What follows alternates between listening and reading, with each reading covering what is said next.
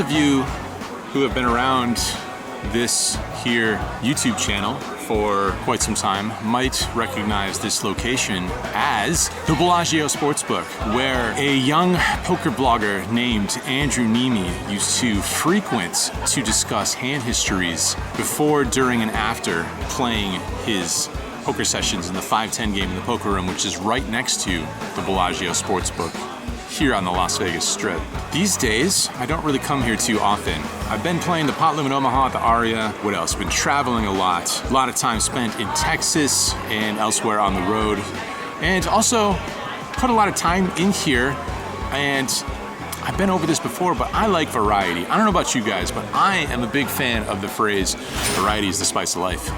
For some people, that phrase doesn't really connect with them, especially when it comes to the content on this very channel that you're watching. A lot of my, I guess, audience that has been built over the years on this channel has grown accustomed to me capturing some things around Las Vegas occasionally, but mainly focusing on poker hands that I've played, analyzing those poker hands, walking through my thought process. When I first got into making poker blogs, that wasn't really my favorite part about poker blogs, and it never became my favorite part of creating these.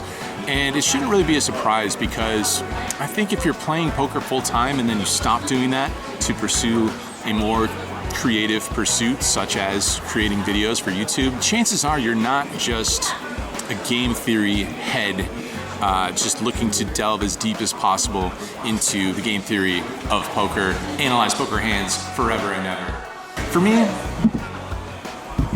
For me personally, the lifestyle, the characters around poker, the scenery, the making your own schedule, the traveling, and all that stuff, that was always the most attractive part of poker to me.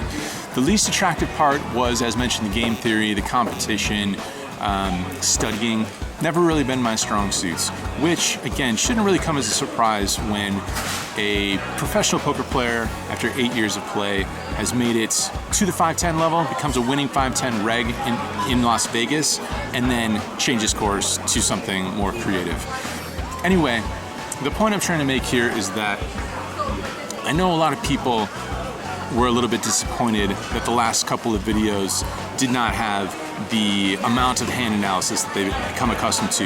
The funny part is that those people have probably already skipped through this whole monologue, and I'm talking to the people who don't mind all the other stuff in the videos. So I don't know if there's much point to me rambling on here. I'm just filling time until my name gets called for the 5-10, and then you know what? I might have a hand history or two to share. Time will tell.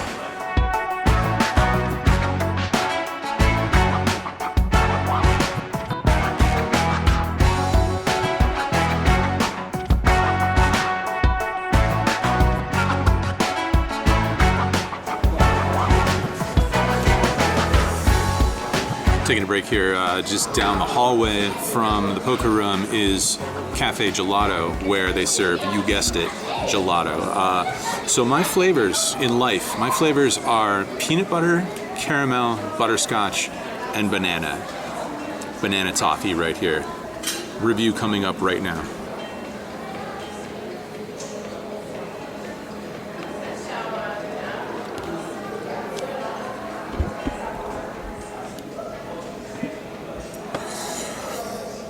It's a winner, you guys. Confirmed winner.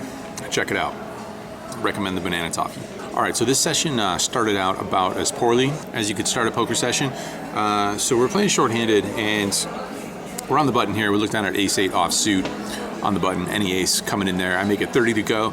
Small blind puts in a 3-bet to $60. Big blind folds, back on us. Ace-8 kind of sucks. I don't really want to play this hand post-flop if possible. You can win it pre-flop, that seems great. So I put in a 3-bet to $180. Small blind is undeterred, of course, and he makes the call. I say of course because I probably wouldn't be telling you this in the first place if he just folded. So flop comes down, king 10 high. He checks. I put out a c-bet here. I don't think I want to go too small because the king 10x board. I'm gonna have a lot of high cards here. Maybe a couple of different theories at play there. But anyway, I bet $180 and he makes the call. Turn is another 10. Checks it over to me again. I can have all the best hands here. I can have pocket kings, aces, ace king. He's going to be less likely to have those. I don't think either of us have to worry about a 10 so much. So I'm going to keep betting here. I bet 250 bucks. And he thinks for a little while and says, I call. So now I'm kind of done with it, especially when the river comes a 9. So the front door straight draw gets there, and we don't have any blockers to that hand. And we have a pretty crappy hand here. I don't expect to win. I'm just going to give up, though, once he checks it over to me. So I check it back, and he shows me ace-jack, which not only is very stubborn holding that I wouldn't expect him to show up with, but it's the winner. It's the best hand. So maybe if they're never folding, better than that 4-bet with the ace-8. Maybe it's not super ideal, but who's to say? Sample size of one hand, I don't mind it so much. Okay, so we're playing short-handed here. As mentioned, we're playing, I think, 5-handed, and we look down at ace-king offsuit from under the gun. Standard raised at 30 bucks, and the big blind makes the call. Heads up to a flop of 9 deuce deuce with the flush draw. He checks. I'm going to bet my full range here. I bet 20 bucks, and he makes the call. Turns to 5 of clubs, adding a second flush draw. He checks. This time, I check it back. I have pretty good showdown value here. Off to the river card, which comes in ace. Pretty good card here. He leads out on this card. He bets 40 bucks. I think we're almost always winning here. I mean, he could have a deuce. He could have defended with a deuce. We're not likely to have a deuce. So he might have more deuces in the range than we would. Could have a full house, like 9's full or 5's full. But I think he might bet a little more with those hands. And we also want to go for some value here. We have one of the best hands, if not the best hand that we could have after we check back on the turn. So I'm going for some value here. I raise it up to 160 bucks, 4 times his bet. And he calls very quickly, calls right away. We turn it over, and it is the winner. He shows us ace queen. So good situation there. Good river. Really love my it's distracting around here, but really love my value raise on the river there. Next hand, still short-handed here. There is a straddle on, and the first player to act limps. I raise it up to 80 bucks with the ace-jack offsuit. I actually meant to make it a little bit more there, but 80 is fine. Only the player who limped in makes the call. So heads up to a flop here, which comes down a king, queen, deuce, rainbow. He checks it over to me. I really like this flop. For multiple reasons, great for our range. B, we have great removal to strong hands with our ace-jack, and C, we can still improve to the nuts. So I'm going to put out a C-bet here. I bet $100, and my opponent check calls. Turn is the 5 of spades, bringing in a flush draw. He checks again. I'm going to keep my foot on the gas here. We could have some showdown value here with the ace-jack, but I also think that we have a pretty significant range advantage, and again, really good removal. So I'm gonna keep my foot on the gas here. $250. Let's put the pressure on, and my opponent lets it go. Makes the fold. We could have had the best hand there, but again, he could have a hand like pocket 7s or something like that. Limp calling pre-flop. Could have had ace deuce suited. He could definitely have some better hands than the ace-jack, but a win is a win, and we're happy. All right, in this hand, the hijack opens the action to $30. Cutoff makes the call, and we look down at the 8-7 suited in the blinds. I like a 3-bet. Who likes playing on a position? Not me. Let's shorten the effective stack sizes here. Let's put in a 3-bet. I make it $180 to go. Players.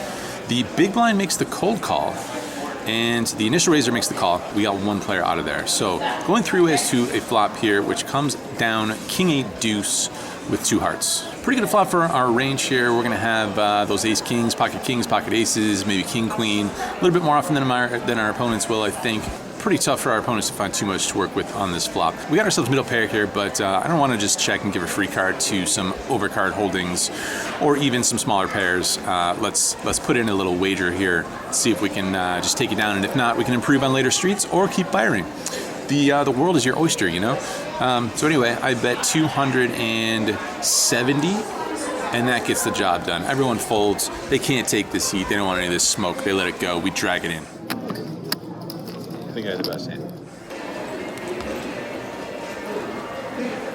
All right, and this hand actually folds over to us in the hijack. Queen 8 of clubs seems playable in late position, so I make it $30 to go. Only the button makes the call. So heads up to a flop which comes down jack 3 deuce with a flush draw that we do not have. I'm going to bet it though because there are some good barreling cards. There's a backdoor flush draw, there's backdoor straight draw, there's an overcard. So I bet $30 and my opponent makes the call. Turn is one of those aforementioned things. It's a king of clubs. Great card for our range, I think.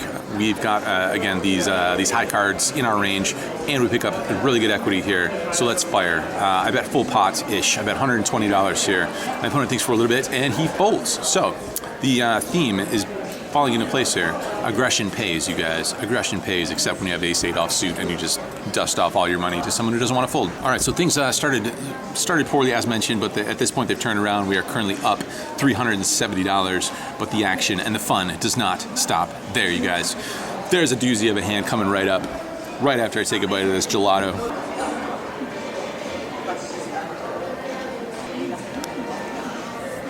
All right, looking down at a suited one gapper in the hijack, 7-5 diamonds, seems worth a raise. I make it $30 to go. Cut off and the button make the call. So 4 ways to a flop, which comes down interesting for our 7-5 diamonds. Comes down 8 of diamonds, 4 of diamonds, offsuit 3. Flop, straight and flush draw, and a straight flush draw. So I'm gonna wager here. I bet 50 bucks. Even though this board doesn't really favor me all that much, could look to check this and go for the check raise with good equity. A couple options on the table there, but I decided to lead out. I bet $50. Player on my immediate left raises. He makes it $200. Player on the button folds, obviously going nowhere. We could even put in another raise here, but that seems maybe slightly overzealous with the 7-high flush draw. So I make the call, and we're off to a turn card heads up, which does not improve us. Offsuit queen. I check it, now my opponent bets $520. Kind of unfortunate to just have to like play out of position here with a 7-high. Again, we could think about check raising here. I don't know how much fold equity we're really gonna have in this spot. So again, not great to check call with 7-high, but we do have some available outs on the river, which does in fact come in a massive way. The 6 of diamonds. Tough to not get too overzealous and just, you know, lead out for a big sizing. I think our hand looks a lot like a big overpair. And I think there's some hands where my opponent is going to want to put in another bet on the river. You know, if I do have an overpair though, I think I might have to let it go. So there's definitely value to just leading out here, trying to get value from a set or 2 pair or something like that. Or even the ace-high flush draw, of course. Anyway, I check it, and good things happen when my opponent assembles another bet, $700. Pretty sweet when you're just sitting there with a straight flush and someone is gathering chips and dumps them over the line. Anyway, we have a pretty straightforward jam here. We have about $1,400 total in our stack. No option other than jamming it all in. And my opponent is none too pleased with the developments. Says, I wish I would have just checked back the river. Nice guy from New York by way of Vancouver. His name is David, which is my middle name. He decides his set is no good. He didn't show me which set, but I believe him. He said he had a set. He folds, and it's always fun to show it on a straight flush to a friendly table. So I show it down, and that's fun for everyone, but in particular, me and you. Hey, you made the vlog. That hand's got to make the vlog, right? By way of That's Vancouver. got to make the vlog, right? David, yeah. that's right. I folded a set on the river. All right, things going much better than they were. We started off down $500. Now we're up somewhere in the neighborhood of $2,000 plus 1 banana toffee. Is that right? But yeah, banana toffee from Cafe Gelato. I'm gonna go back and play a little bit more, and cheers.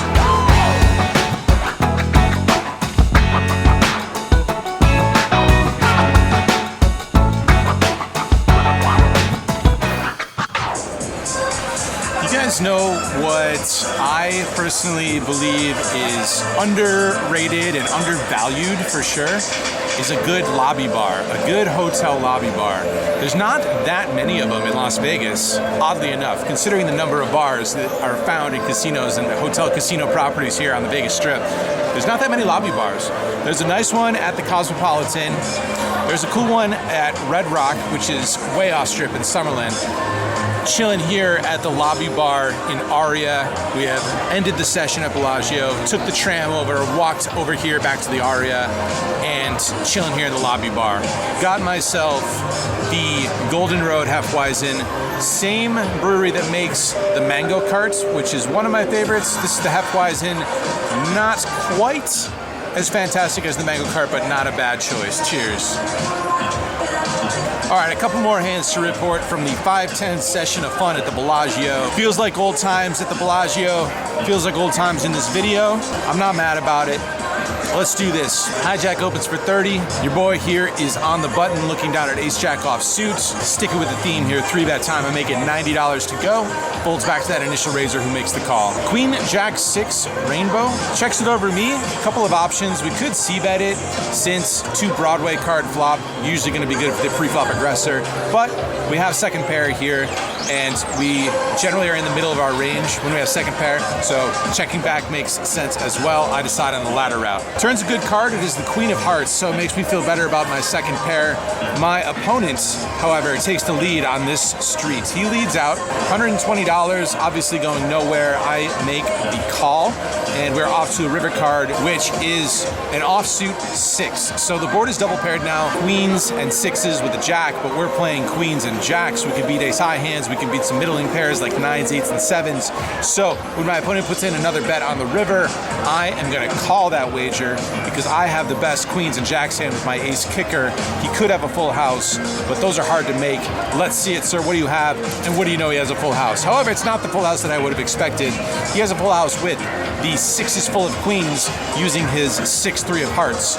So one thing that I can say for sure, I do like my 3-bet pre-flop if we're getting peeled by the 6-3 suited. I like my 3-bet. So he made a full house. You know, I think the hand plays itself pretty much. Maybe you could find a fold on the river, but I don't really think so. Whatever. Next hand. All right, and this hand action folds over to me on the button this time, looking down at 2 black queens. Make it $30 to go, and both blinds call. So 3 ways to a flop, which comes down 9-8-3 with 2 diamonds. Small blind checks in the big blind, bets this time, leads into me for $50. This is an above average flop for our hand, no overcards. Not too many 2 pairs. There is 9-8 to worry about, but not 9-3 and 8-3. Very draw heavy flop, and I'm not going to know what to do on a lot of turn cards. So I say we raise now, and I make it $150. The small blind cold calls, and the big blind calls as well. So it's going to be a very dynamic board and a very dicey situation, especially when the turn is the Queen of Diamonds, which looks cool, make top set, but both obvious draws come in right away. Jack 10 gets there and flush draws get there. Small blind checks again, and the big blind once again leads into me on this card, this time for $110. Very small, but I think raising would be an overplay. So I'm just going to flat call here and look for some favorable river cards. The small blind comes along as well, so we're still 3 ways heading into this river card, which is a favorable one.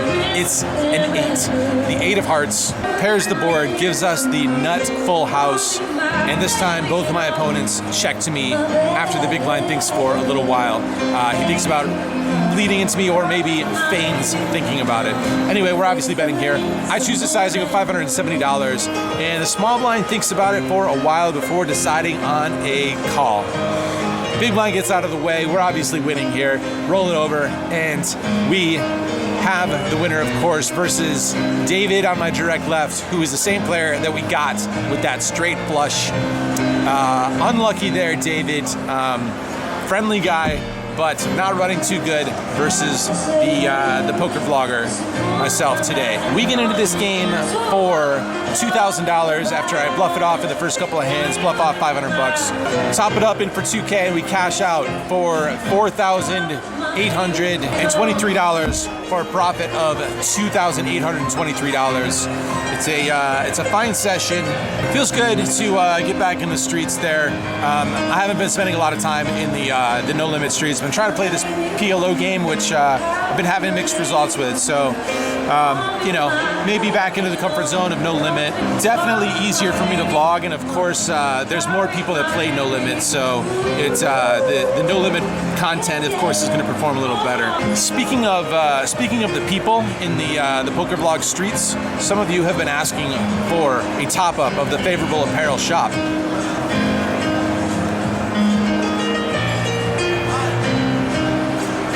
I would love for you guys to get yourselves one of these fine, favorable apparel hoodies that are now in stock. Check it out. Links down below. You can click on those little pictures that are representative of the shop right below the video. Thanks so much for tuning in. The travel's about to get insane. We're off to Cambodia at the end of this week. This could be the last vlog before then, but maybe not. We'll see what happens. Will the next vlog on this channel have poker hands? You never know. You never know what you're gonna get around here. You never know.